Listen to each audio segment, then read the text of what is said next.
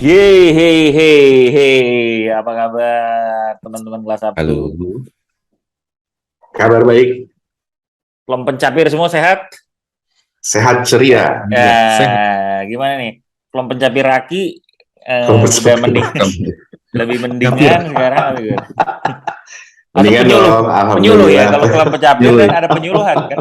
Sang penyuluh kan? Penyuluh, iya, iya, iya. Iya kali, gue Iya ya? lupa. Penyuluh tuh jadi inget ini Pak Kontak lu tuh nggak? Siapa? Ada dulu di TVRI sinetron namanya Pak Kontak, dia tuh Gak jadi tahu nih. penyuluh pertanian. Oh Oh, gitu. penyuluhan. Oke, Iya. oke. Gimana Ini Kiki? TVRI, TVRI Bandung mungkin zaman itu ya. TVRI nasional kayaknya Enggak, nggak ada nasional, deh. nasional, nasional Jawa Barat, enggak deh. Aduh.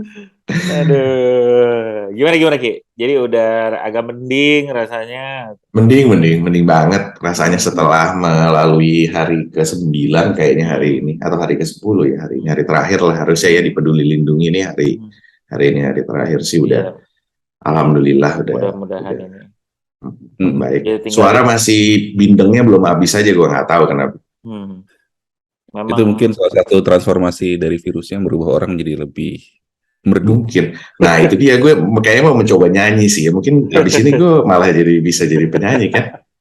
Gue Atau penasaran sih. jadi MC dangdutan, lu tuh nggak yang Nah, Bram Monasta itu? ya nggak tahu. yang mana tuh? Coba cari di TikTok yang namanya Bram Monasta, itu adalah Bram orang paling Monasta. luar biasa. Cowok tuh Oke. cewek? Cowok, MC Oh, dangdutan tulisan gitu, klimis, pakai udahlah. Nggak penting. Wow, referensi lu luar biasa juga. Nah, apa namanya? Gue soalnya tadi di backstage kita ngobrol juga nih Ki. Lu kan Hmm, jadinya apa sekarang karena lagi recovery tidur lebih cepat, ini lebih cepat iya. ya.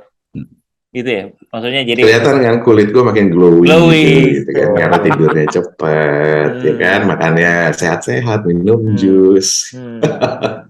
Yang Oke, betul oke. harusnya gitu kali ya. Nah, ini Normal life-nya harusnya gitu ya.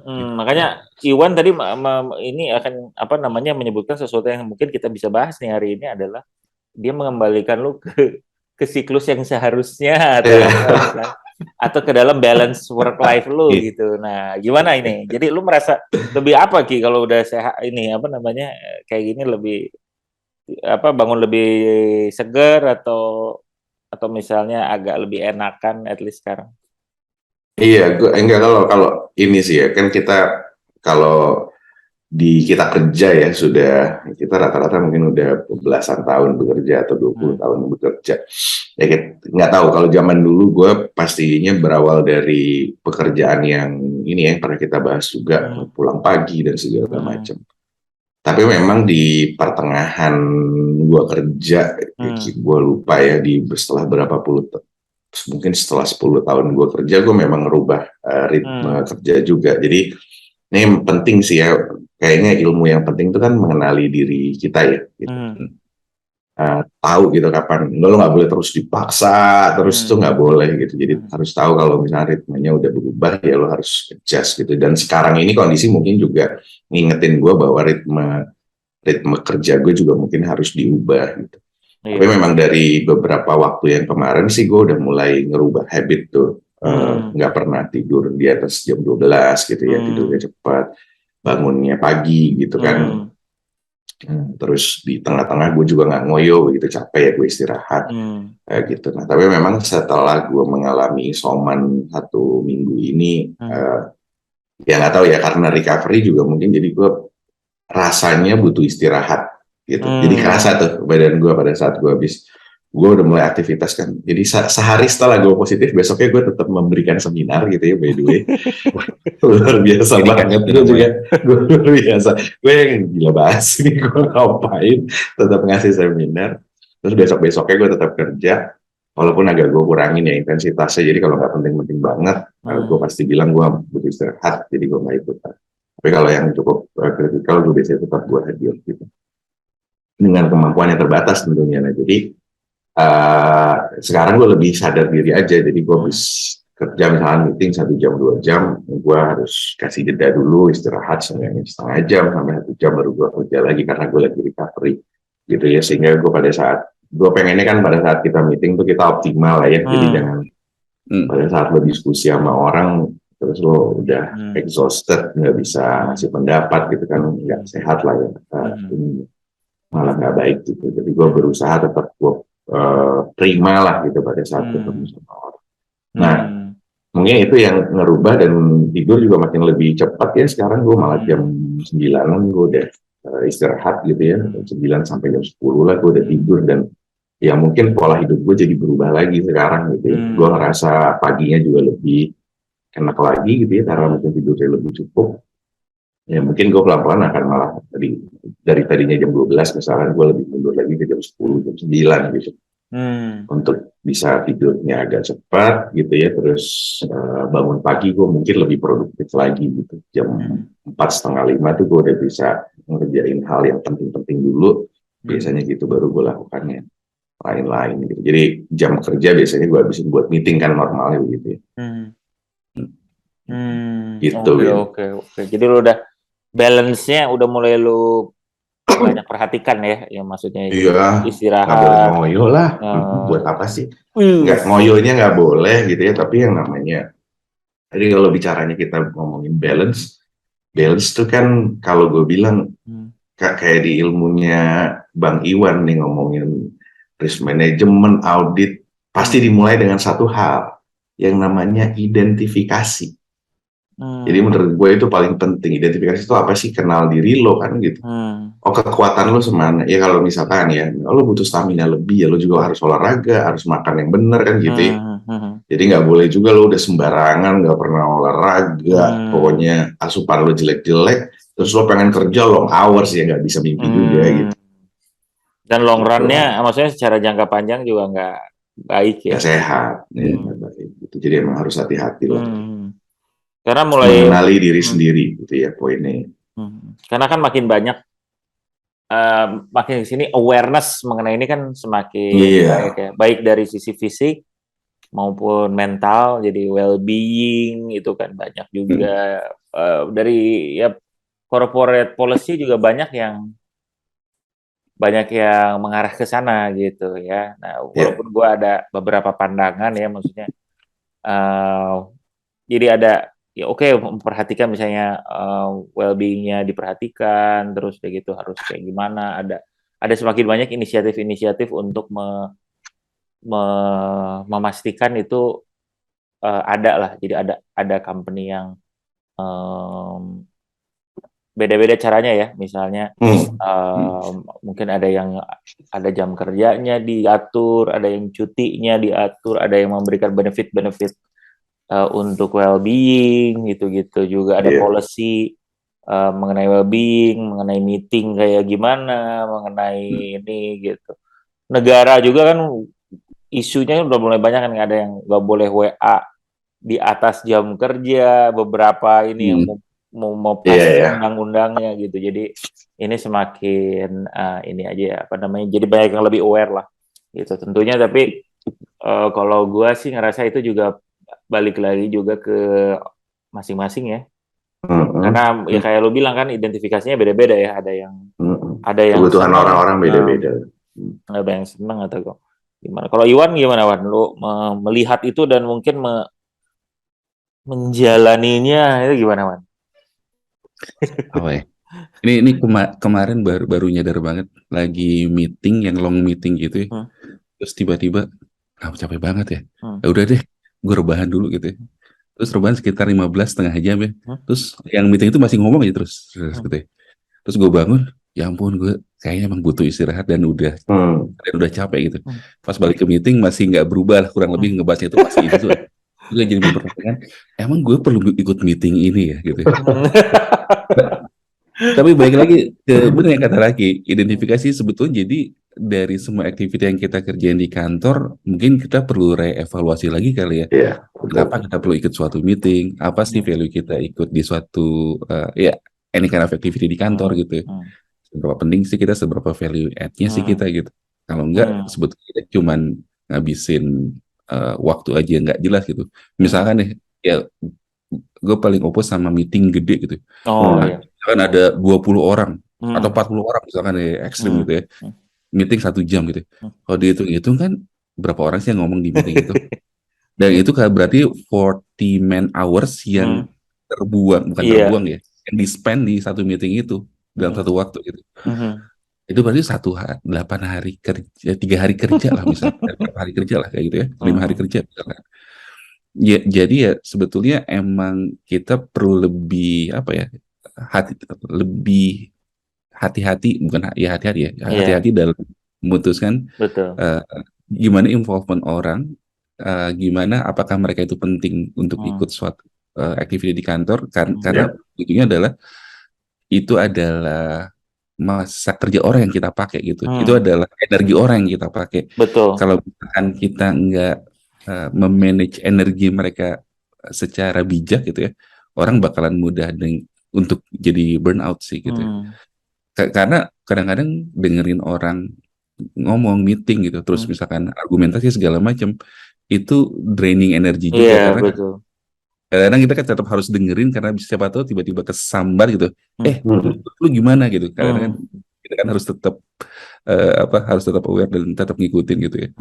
Cuman ya baik lagi bahwa di activity di kantor itu emang harus dilihat sih mana yang benar-benar penting, mana yang enggak, dan gimana kita ngikutin orang-orang itu. Akhir-akhir ini di kantor pun jadi lebih banyak orang yang ngerasa hal yang sama sih, bahwa mereka ngerasa, apalagi ini udah Q4 nih, ini bahasanya orang pernah ngerasa khawatir karena misalkan selama Q3 ya mungkin masih banyak achievement yang belum tercapai, masih banyak kerjaan yang perlu dikerjain gitu ya. Orang akan dengan mudah untuk ngerasa panik dan ngerasa perlu untuk ya ngabisin waktu yang lebih lama untuk kerja di kantor. Cuman itu ujung-ujungnya kalau misalkan dari sisi leaders ataupun dari sisi manajernya nggak manage itu dengan baik, itu impact-nya di ujung itu bisa bikin orang jadi ngerasa nggak betah sih, dan ngerasa keberatan lah kayak gitu. Betul, betul, betul. Jadi apa namanya, orang juga nggak betah. Tadi Iwan banyak poin nih mengenai meeting ya. Ini banyak yang mungkin ya harus hati-hati, itu benar. Maksudnya gue juga banyak merasa ya, ya efisiensi meeting gimana. Dan gue ada beberapa ini ya, mungkin pernah ngerasain, mungkin juga kayak Raki atau Iwan ya, dulu ketika jadi konsultan, tiap organisasi kan beda-beda ya ininya ya, klien apa namanya, culture-nya. Ada yang short meeting harus bareng-bareng gitu. Jadi orang tuh banyak bareng gitu. Cuman ketika meeting bareng tuh juga sambil kerja, sambil apa. Jadi nongkrong di satu ruangan tuh. Jadi kayak apa ya, kayak bukan kayak arisan ya, tapi maksudnya orang ada satu yang cerita, ada yang sambil kerja ini, terus habis itu, padahal ada beberapa konsep juga yang bilang katanya itu kalau apa namanya, kalau meeting atau apa tuh ya fokus orang tuh sebenarnya nggak bisa multitasking gitu, karena lu tuh cuma bisa cepat aja apa namanya, going to one task to another, tak tak tak tak tak aja gitu, jadi nggak bisa tuh sekaligus bareng-bareng tuh, karena itu pertama juga nggak akan bisa dan nggak efektif juga gitu. Mungkin lebih baik waktu lu misalnya dari meeting sejam yang taktik-taktik, tapi mungkin ya 10 menit, tapi beneran lu tongkrongin bener, didengerin, ini solusinya, ya udah misalnya gitu. Itu mungkin itu salah satu partnya, karena limitation ya, dibuat limitation itu kadang-kadang gue juga merasa, oh ternyata bisa juga ya. Jadi ada gue sempat mengalami lah ya, pokoknya di sebuah masa di mana limited gitu, orang tuh nggak boleh terlalu banyak, waktu tuh banyak yang nggak bisa, banyak yang nggak mau gitu ya. Jadi misalnya kalau misalnya kan banyak apa namanya, misalnya kalau bukan orang Indonesia, apalagi kalau yang lebih asertif orang-orang dari negara Barat gitu, yang apa sih, buat apa sih gitu, ikut bener atau enggak apa-apa. Jadi kita tuh cuma punya sebentar gitu. Nah cuman tepat waktu, efisien, dan ternyata bisa juga gitu ya. Nah itu yang mungkin gue juga pernah ada beberapa teman ya. Ada satu teman, dia baru, pokoknya dari orang Indonesia tapi mungkin udah cukup lama gitu ya di Belanda, dia kerja di pabrik gitu. Terus datang ke Indonesia, oh pantas aja orang Indonesia itu ini apa katanya, pulangnya banyak yang malam katanya. Karena datang ke kantor, ngobrol dulu, lain baca koran ya mungkin terlalu ekstrim ya, cuman baca dulu, ngobrol dulu, apa dulu, makan siangnya lama, apa-apa gitu. Sedangkan kalau di tempatnya dia tuh jadi memang nggak terlalu banyak ngobrol. Memang itu culture-nya juga sih ya. Cuman maksud gue adalah si balance ini juga mungkin apa namanya ada ya itu juga kita perlu perhatikan juga ya. Kalau misalkan kita di satu sisi pengen tetap efisien, tapi kita juga kan tetap pengen balance gitu ininya. Itu sih. Bin, tapi ngomong soal apa culture gitu ya. Kalau di tadi misalkan apa di European country, misalkan kayak di Jerman itu kan terkenal dengan efisiensinya. Buat orang nggak kerja di kantor ya kerja aja gitu ya. Cuman secara culture di sini kan kita orangnya lebih sosial ya, emang lebih chatty, sering ngobrol kayak gitu. Itu ini yang mau gue diskusi. Itu kan sebenarnya bakalan ngaruh ke apa attachment ke pekerjaannya kita sendiri. Dan kita ngerasa terhubung, terkoneksi dengan orang-orang sekitar kita gitu ya. Baik itu secara sosial, secara apa emosi gitu ya. Itu kan bikin orang tuh ngerasa lebih punya sense of attachment pada kerjanya dibandingkan dengan orang yang misalkan cuma datang ke kantor kerja pulang gitu ya, nggak punya temen di kantor gitu ya. Karena ini jadi salah satu diskusi juga sih kayak dengan kita kerja secara remote itu kan sebetulnya all business only lah sebetulnya, semua cuma kerjaan bisnis, kita cuma meeting ya betul. Udah gitu ya udah gitu, nggak ada orang istilahnya disebut apa kayak nggak punya emotional bank account gitu karena kita nggak punya benar karena kita nggak punya interaksi di luar interaksi itu ya sama orang gitu. Di satu sisi itu bikin attachment sama kantor tuh lebih rendah. Jadi atrisi bisa lebih tinggi karena kenapa gue mesti stay? Karena sebetulnya gue nggak ada ikatan juga sama orang di kantor. Salah satu alasan kenapa orang tuh pengen balik lagi ke WFO. Nih bos-bos ini biasanya. Karena mereka ingin punya kohesi yang lebih tinggi antara orang-orang di kantor, antara employee, sehingga mereka punya ngerasa bahwa oh ya gue belong to this company gitu. Gue adalah bagian dari company ini. Menurut lo gimana, Bin? Kalau gue ada dua sih, bisa dipisahin ya antara koneksi sama orang dan koneksi sama si engagement satu. Kedua, juga needs dari si engagement itu. Beda-beda ya, orang ada yang gue nggak pengen mengeneralisir, tapi younger generation 10 gue merasa ya itu juga nggak terlalu merasa harus ke company itu gimana banget gitu ya biasa aja gitu, maksudnya nggak usah kayak ownership atau seperti kayak gimana ya. Jadi mereka tuh lebih lu kasih tahu gue harus seperti kayak gimana, deliver apa, ya udah gue manage gitu karena gue pengen punya juga kehidupan. Jadi teman gue bukan cuman elu, hidup gue tuh bukan cuman company gitu. Jadi gue pengen pulang punya side hustle misalnya. Itu kan biasa ya, maksudnya sekarang gue bikin konten, gue mau ngapain gitu misalnya ya. Gue pengen ada side hustle, pengen bisa waktu punya traveling around Indonesia misalnya atau apa gitu. Dan itu kan it's not only about work ya. Karena tentunya ya itu juga yang menurut gue jadi agak beda gitu. Nah, karena connection yang seperti yang misalnya pernah dialami mungkin oleh generasi-generasi sebelumnya yang WFO full, orang datang ke kantor ketemu, terus udah gitu ya hubungannya sangat deket, apa segala macam gitu-gitu, itu apa namanya mungkin bukan yang di aspire, atau ya mungkin menurut gua beda lah level of aspiring untuk lu ada di sebuah environment di mana lu itu memang pengen ada di sana gitu. Sedangkan the glory of the previous days bahwa orang tuh ke kantor deket, solid, gotong royong. Nah sekarang mungkin ya nggak seperti apa, different aja gitu ya. Mungkin shifting ininya gitu. Bukan berarti gue juga nggak mau kenal. It's good gitu, gue temenan, tapi ya ya biasa aja gitu, maksudnya nggak usah terlalu dekat, gue berhubungan baik sama lu. Kerjaan gue ya udah gue beresin di kerjaan, tapi kan this is like office gitu. Iya. Bukan not my whole life, itu gue perlu dedikasikan terhadap itu mungkin juga apa namanya, part yang beda gitu ya, karena kayak misalnya kantor gue juga hampir semua orang tuh punya gitu.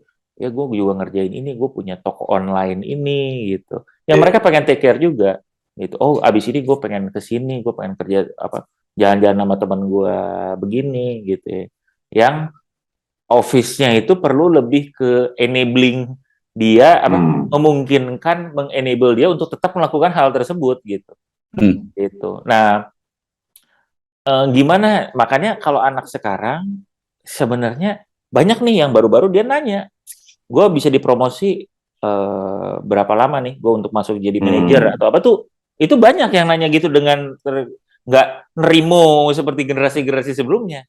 Mereka kenapa? Karena mereka tahu yang bukan tahu ya, mereka lebih clear gitu. Oh, gue tuh pengen begini gaya hidup gue tuh pengennya seperti kayak gini. Jadi, oh gue pengen jadi manajer segini. Lu harus apa? Achieve segini, harus segini, disikat sama mereka gitu. Yang generasi sebelumnya kerjain 10 tahun, anak sekarang mungkin 2 tahun udah bisa disikat. Kayak gini caranya dengan teknologi apa segala macam gitu.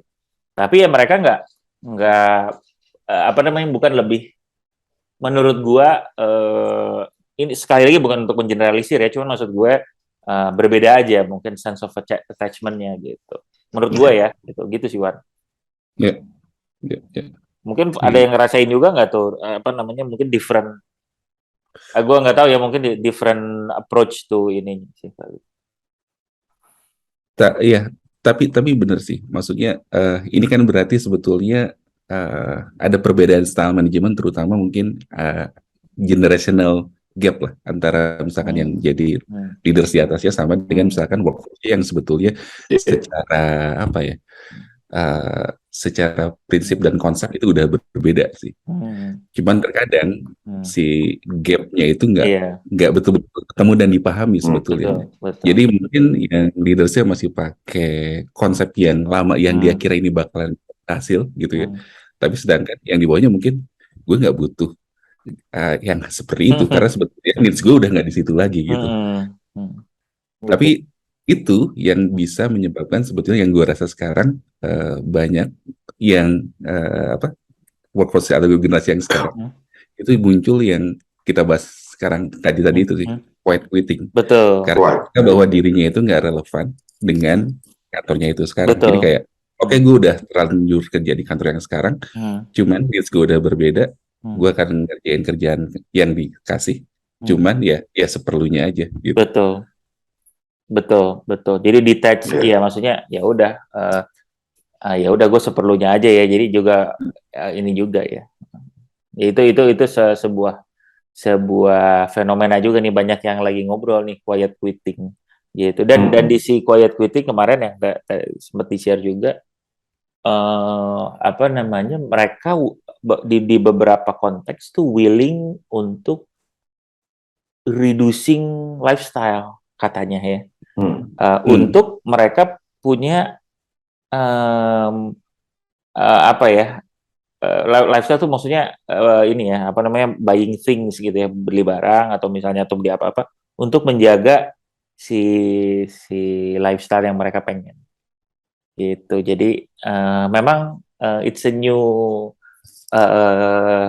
approach juga ya gitu ya, untuk mengengage gimana, dan bentuk engagementnya yang kita juga harapkan bentuknya seperti kayak gimana gitu. Itu sih yang menarik dari teman-teman kita sekarang gitu. Jadi balance-nya juga berbeda-beda, engagementnya juga berbeda-beda. Jadi mungkin kita perlu find out, kalau misalnya kita ini adalah seorang pribadi ya, we need to find out yang kata Raki tadi, balance kita itu seperti apa gitu.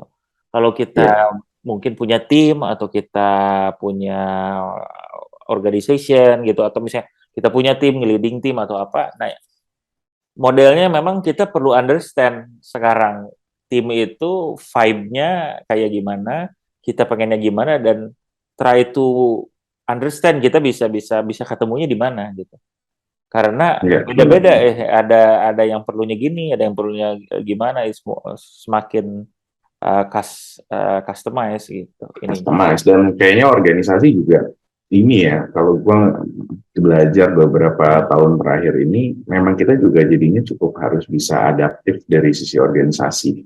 Jadi maksud gue, ya lo ready untuk kapan aja semua bisa masukin surat resign gitu, let's say, atau apa mereka punya kapasitas yang juga bukan yang mampu, tapi tadi prioritasnya masing-masing juga beda-beda. Betul. Nah itu tantangannya gitu. Gue menghadapi kayak anak-anak yang ada satu orang yang juga sangat highly potential gitu di tim gue.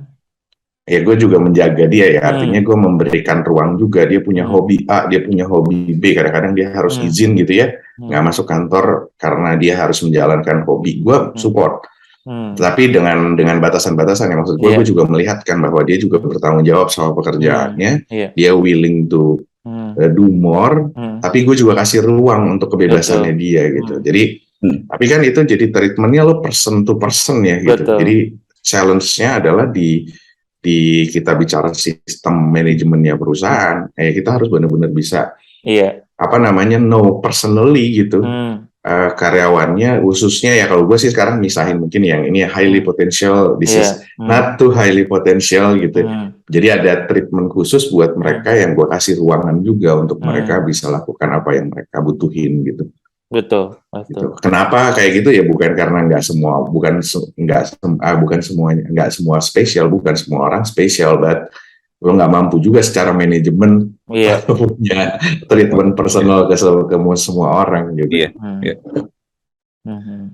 Jadi itu yang mencoba gue lakukan lah gitu sebenarnya. Iya. Jadi untuk kelompok capir semua ya, kita lihat ya. Jadi ternyata ini semakin unik dan untuk mencapai balance-nya di setiap level juga, balance as an employee yang baru starting, balance sebagai leaders juga beda juga, as an organization kita perlu find the balance, karena kayak misalnya kita dicerita ya kita perlu find balance juga nih, dan adaptif ya Ki ya, jadi ceritanya karena kita juga nggak bisa ya udah kita pengen gini ya, workforce lu juga kayak gini gitu. Karena tantangannya kan sekarang udah lebih berimbang juga, balance juga antara employer dan employee gitu. Jadi employer juga nggak bisa maksudnya lu menetapkan ini ya bisa juga lu tetapkan, cuman apakah talent lu mau stay, mau datang ke sini, kan itu challenge, right? Gitu. Sedangkan ya untuk employee juga kita perlu company kita emang pas juga. Jadi selain balance di dalam diri dan khususnya pada khotib pada khususnya pada jamaah pada umumnya ya. Jadi cuman maksudnya jadi kita perlu benar-benar perlu lebih banyak lihat, lebih observe dan adapt tuh benar sama environment-nya untuk find the right balance biar hidup lebih hidup gitu. Banyak ngobrol sama karyawan gitu. Sama timnya lebih banyak ngobrol juga, karena mereka tahu. Gitu. Oke. Kelompok capir semua, find your balance dengan baik, mudah-mudahan bisa semakin produktif dan juga semakin well-being bisa tercipta, sehat juga selalu ya. Gitu. Itu karena penting juga, dan hal-hal yang menjadi prioritas dalam hidup dan kehidupannya juga bisa tetap terjaga gitu. Oke? Sampai ketemu teman-teman kelompok capir semua. Bye. Bye.